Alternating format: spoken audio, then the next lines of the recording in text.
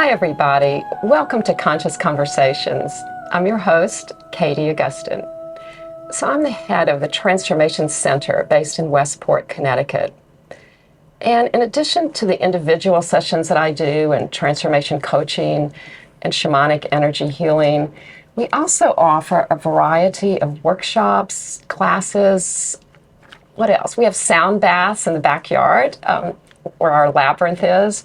So there's so much going on. And, the whole purpose of the center is really to help you gain a greater self-awareness.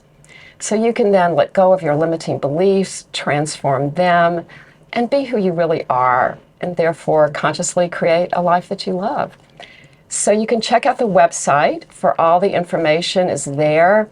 All the events, there's a calendar, and we welcome you to check it out and, just come visit and be in touch, and we'd love to meet you. So thank you. Yeah, so the Conscious Conversation show is really about introducing guests to you so you can learn from them on their journey, what they're up to, who they are, what they have to offer you.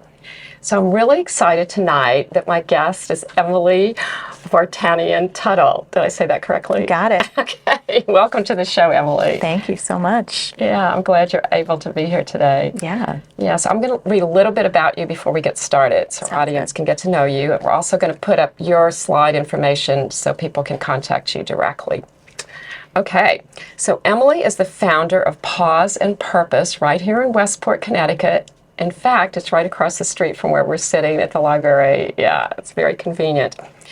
So Pause and Purpose is a sacred space and gathering place, offering holistic well-being through meditation, yoga, sound healing, workouts, journaling, and circling. Wow, what do you not offer? That's what I want to know. There might I know, be. it There feels might like be. a lot. Yeah, there is a lot going on, and it's a beautiful space. I've been there many times, and it's just gorgeous. In addition to being the founder of Pause and Purpose, Emily is an entrepreneur. She's a publication designer and photographer. And she has experience supporting nonprofits in the mental health sector. It's interesting. And her training, she holds training in the Trauma Center Trauma Sensitive Yoga, which we're going to hear more about, I hope. Yes. And it's an evidence-based adjunctive treatment for complex developmental trauma or chronic treatment-resistant PTSD. Sounds amazing. Yeah. It's a great modality. Welcome to the show. Thank you so much for having me. Well, before we get into all of this that you do, I'm really curious, what led you down this path? Because clearly you were doing something else in your life. So what brought you to open up Pause and Purpose? Yeah, I had always been really interested in mental health, obviously. My background shows that. I loved art and graphic design and photography, but I wanted to work for nonprofits who were supporting mental health. So I worked for Brooklyn Community Services in Brooklyn, and they have programs for thousands of Brooklynites who don't have homes and don't have mental health services. So I felt very proud to use my graphic design and use my art to support them. Years later, I moved to Greenwich, Connecticut, and started a photography business so I could be living in the country. Was kind of ready to move on from New York, as I'm sure you were too at the time. Yes. And then I had a baby, and I felt suddenly less called to drive miles and miles every weekend and be away from my baby and my family. And I also felt very out of place in the working world. I felt that the mental health support that I needed wasn't in my day-to-day lifestyle. And so what I searched for online, I wish that I had found your website, was a place where I could go and gather, especially with other women, but other men too. I wanted to kind of see what other moms were doing at the time. But I'm not religious per se. I have a Judaism background. That's what my family is. never super connected with religion to begin with. I think in the last couple days, I've kind of defined why it is, because it always felt kind of divisive to me. It's like choose a side. Right. Right. And that just never connected with me. Also, going to yoga classes, yeah, I felt that there was a chance to connect spiritually with myself and others, but not with the candidness and the openness that I was seeking. I wanted a discussion group where I could kind of workshop my life with other people who are aware of their inner landscapes and wanting to improve and wanting to uplift others. And I was like, where do I find this? I'm not religious. I'm not able to find this in my community. And so I started it at my house. I got together 6 other women and a yoga teacher who led for us one summer. And I said, I don't really know what I'm making. All I know is that I want to gather with you guys, do yoga, do some meditation, and talk about some meaningful subjects that are meaningful to us. And the ladies that I asked were really excited to get involved. They were like, this is exactly what I've been needing too and haven't been able to articulate. And so we all got together once a week for 12 weeks. We'd usually have a barbecue afterwards, and it would be at my house. So like they'd play with my kid and we'd like run around with the dog. Yeah.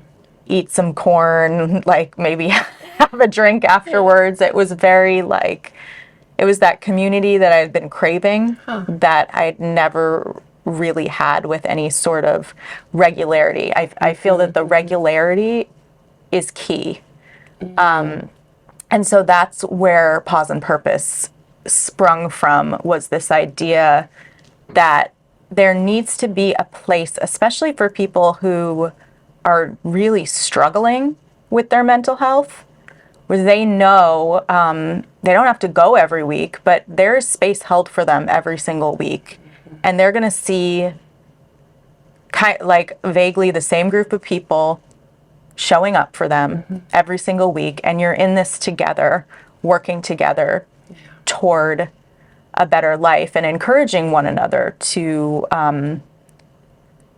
look at these hard things that we all go through as constructive lessons. Yeah. Wow, that's beautiful. Thank you. So, yeah, the way you express that, and and you're right. It's like I feel like when we, as a person, need something, there's got to be a whole lot of other people who are feeling the same way. And yeah, and the fact that you didn't have what you needed, and so you created it. Yeah, that's really all it was. Sometimes people will come up to me and be like, thank you for bringing this to us. And I always feel like a little bit fraudulent, because I'm like, I brought this to myself. I made this for myself. And I'm so glad that it resonates with other people, because of course it wouldn't be anything without the other people. Well, exactly. Right. You, like you said, you're holding the space. You created the container, but it's what everyone brings to it that makes it work. Absolutely. Yeah. Yeah. So that's amazing. So do you find that in this instance that most of the people who are drawn to you and your work and Pause and Purpose are beginning on the path of self-actualization or self-realization or whatever? I feel like it's really across the board. Okay. There are people who are just beginning, but what everyone has in common is this feeling that deep inside them there is a very clear vision of what they want and who they are, and that they know that they need constant encouragement and support in order to continuously access that seed within them. Okay. And I find that can be people who are just discovering that, and they're saying like, just something feels off in my life. I don't know what it is. All the way to, I call them like the Kripalu lifers who are like now in their 70s and 80s, and they've been doing this all their lives, man. They have been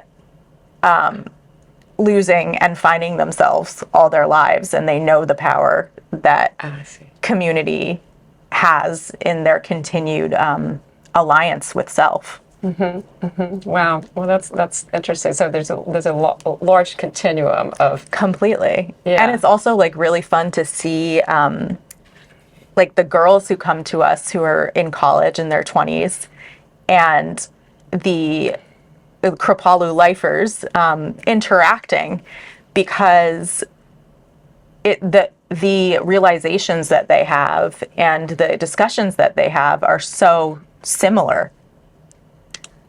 One is coming to it from like, I can't believe this is happening to me, and I can't believe all of the insights that I have. And the other one is coming to it, I think, with like slightly more peace and calm about it. But still there's like that shared enthusiasm for the discoveries. Well, that's it. It never goes away. So I'm not quite a Kripalu lifer. Somewhere in the middle there. Sure. But I know what you're saying, and the secret is that you never stop growing and learning and experiencing that wonderful, enlightened feeling. You know, it's just the awe, the excitement. It's really, it's quite remarkable to me. Yeah, absolutely. Yeah, and to share it with young people is like an added bonus. You know, because I love that. So I, like you, love bringing these opportunities to people. And I love working with beginners because it's really, like, you just feel, like privileged, you know? Because I don't feel like I'm ever there. No.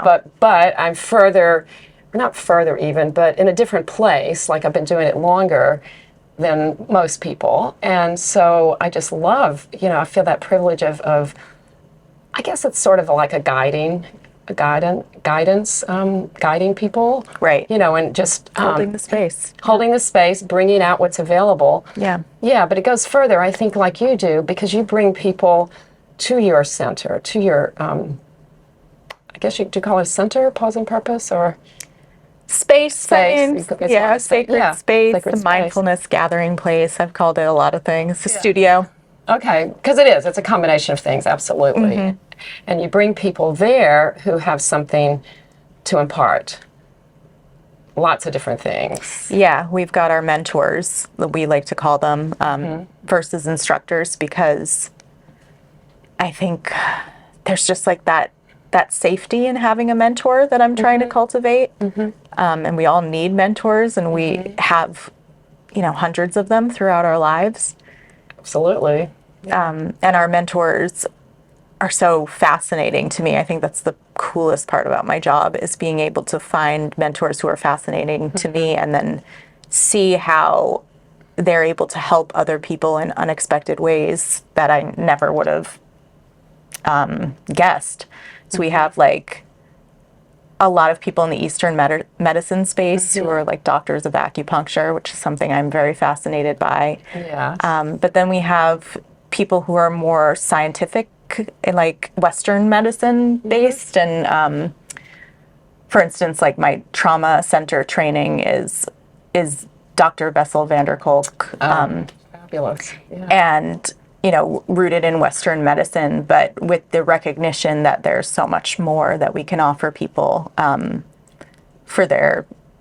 order to thrive. Yeah, no, absolutely. And so it's great because people come from different perspectives. So you have, it's almost as though you're offering something that makes it accessible for everyone, That's no matter the idea. where they're coming from. Yeah, I think it connects to my background of being like, I want this community that I hear about in church, but I don't want the feeling that there's going to be divisiveness that comes from my believing. I want to learn from all different kinds. You know, I am totally in agreement with that, because my philosophy on that is that it's all the same.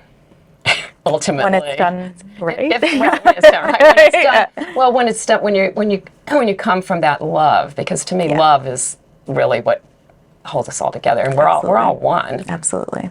right? Yeah, I'm with you there. Yeah. So this divisiveness is not. It's not real. I think humans created that.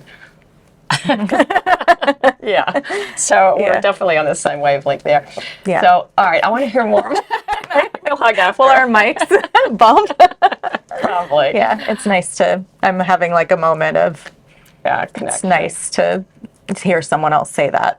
Yeah. No, and also really come from that place, which I think we both do. So that's really great. Absolutely. I know. Well, I don't want to change the subject, but I do want to hear about the trauma-centered. Yeah. Tell me what it is again. Trauma-centered, trauma-sensitive yoga. Okay. Yeah, it's a mouthful.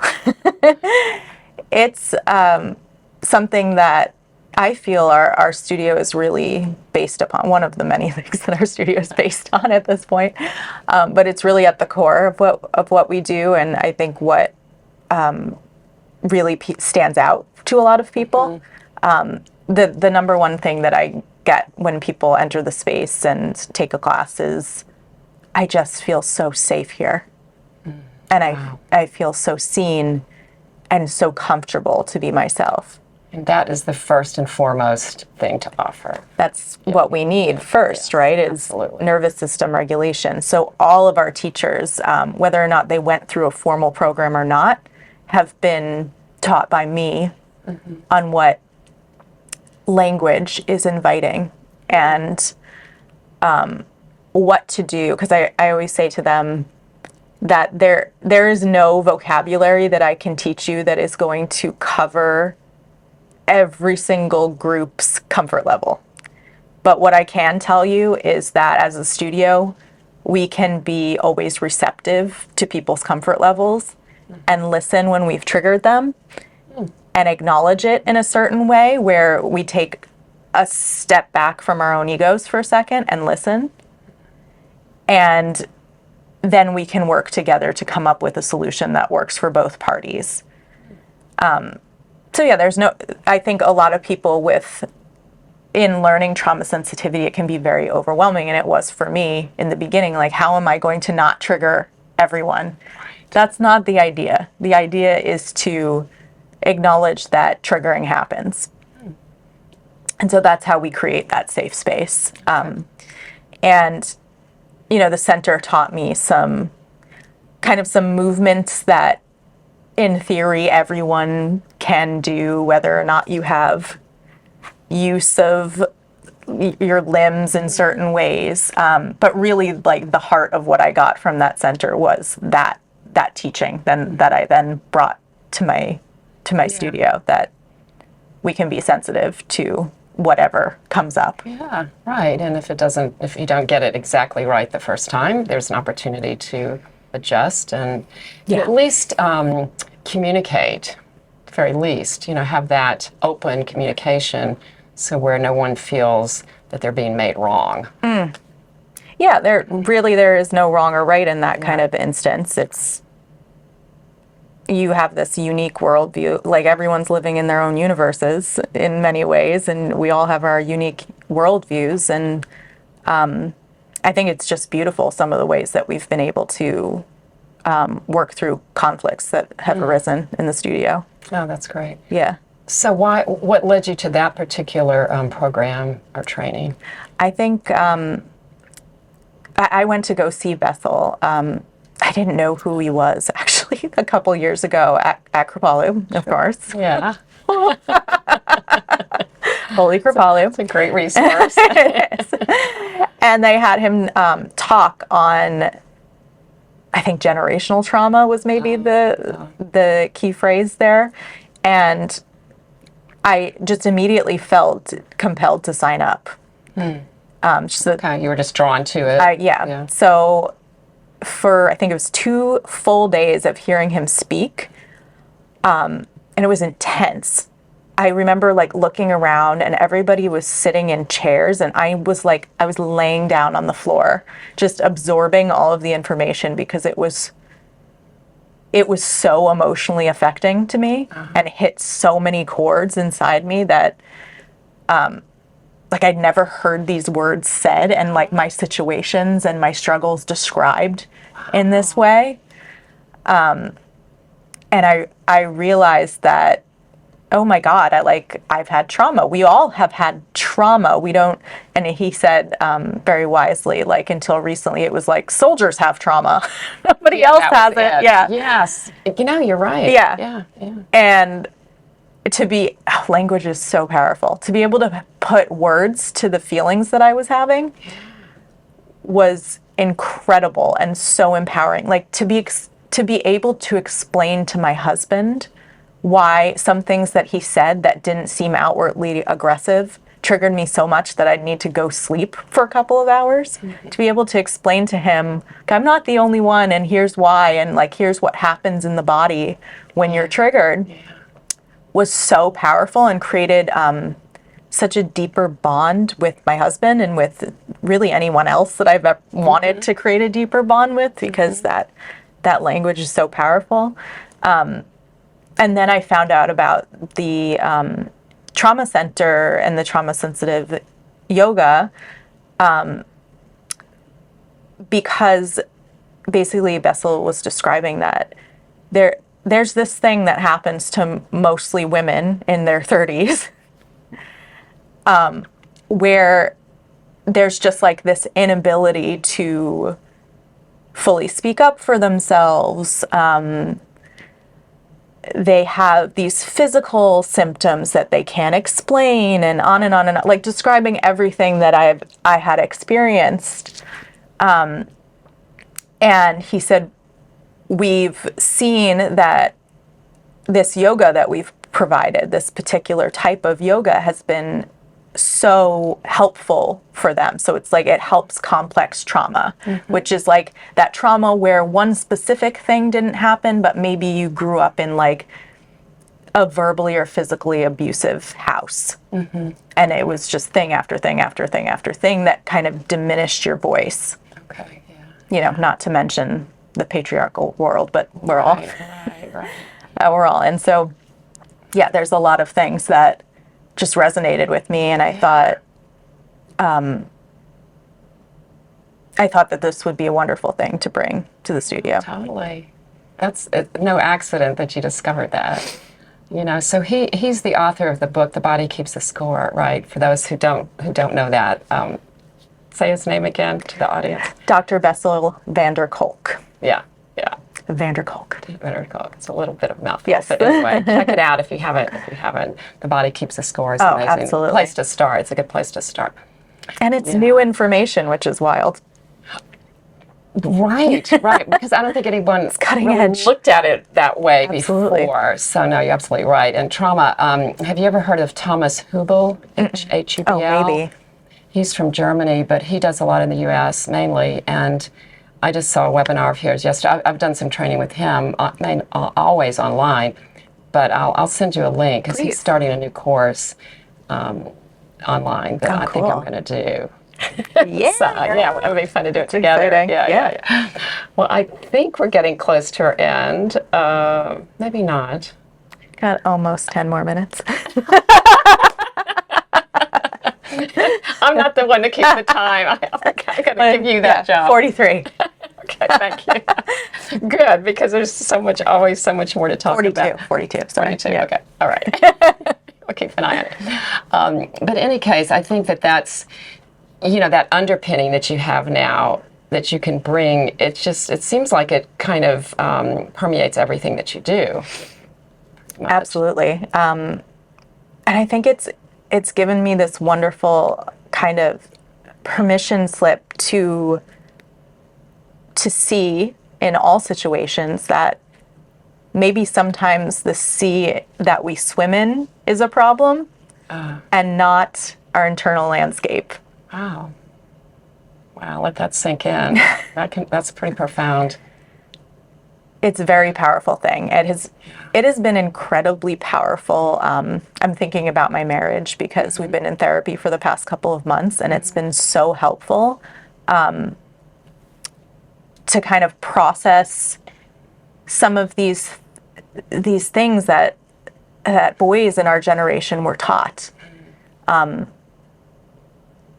and I'm speaking specifically about some of the like hide your feelings to be a man stuff Oh, yeah. that some So of them toxic, were isn't taught. it? Yeah. And I'm so grateful and lucky that I have a husband who's like, I recognize that I was taught a lot of that stuff. I want to learn how to speak what is going on in here, and I don't know how. And I need some help. And I need some help. So that's Wow. what we've been working on. That's great. Yeah, which has been so special, and it makes me think of, so many other things in life where it's like, are we mentally ill, or is there like a greater Yes, yes, is the whole thing that's happening? Yeah, there is. I think in some cases it could be both, but in a lot of cases it could be just, what we're dealing with. Exactly. So that I think was such a special gift that I learned from Dr. Bessel's work. It's like, okay, our brains were wired this way to want to socialize and want to connect with whatever environment that we're in. And that could be an environment where we're encouraged to not speak our feelings. Right, exactly. We weren't wired to know what was ultimately, the best thing for us, right? Yeah. It's just like we go along to get along, sort of. Yeah. So that's really what I want to impart upon the people at the studio, is that we can kind of create our own culture. Yes. I mean, I know that sounds ambitious, but I really feel that it's happening, at least in my little sphere. Well, no, I think you hit on something, because I think if there's a ripple effect. Absolutely. Because that's the way I look at it too. Like, we're just individuals, right? But when we reach more people, and then they reach people, and you almost don't have to do so much. It's just a matter of who you are, like your beingness. Yeah, change, that's beautiful. Can change people and change situations, right? That's such a good reminder, because I think as empaths, we can feel like I'm not doing enough. Yes. I'm not doing enough to make the world better. Yeah. But that reminder that we're inundated with media like we've never been inundated with before. We are so acutely aware of the world's suffering. Are we meant to be this aware? Yeah, I know, and I do wonder how things will shift. I know they will. I'm just not, and I don't need to know, because that's my other philosophy, is we don't need to know everything. Well, what you said about just being love. Yes. Is such a comforting concept to me, because that does feel like I'm contributing. Right, because it's not, to me, love, yes, it is an emotion, because that's what we've been taught, but it's also a way of being. Yeah. And we all have that opportunity. That's beautiful. Wow. Well, maybe we should end on that note. Okay. Unless there's one other thing that you'd like to say. We have about. Yeah, I'd like to add that one thing I'm really excited about that we're working on is a new teacher training. Oh. And it's tentatively called the Full Body Meditation Teacher Training. And I've never seen a teacher training like this before.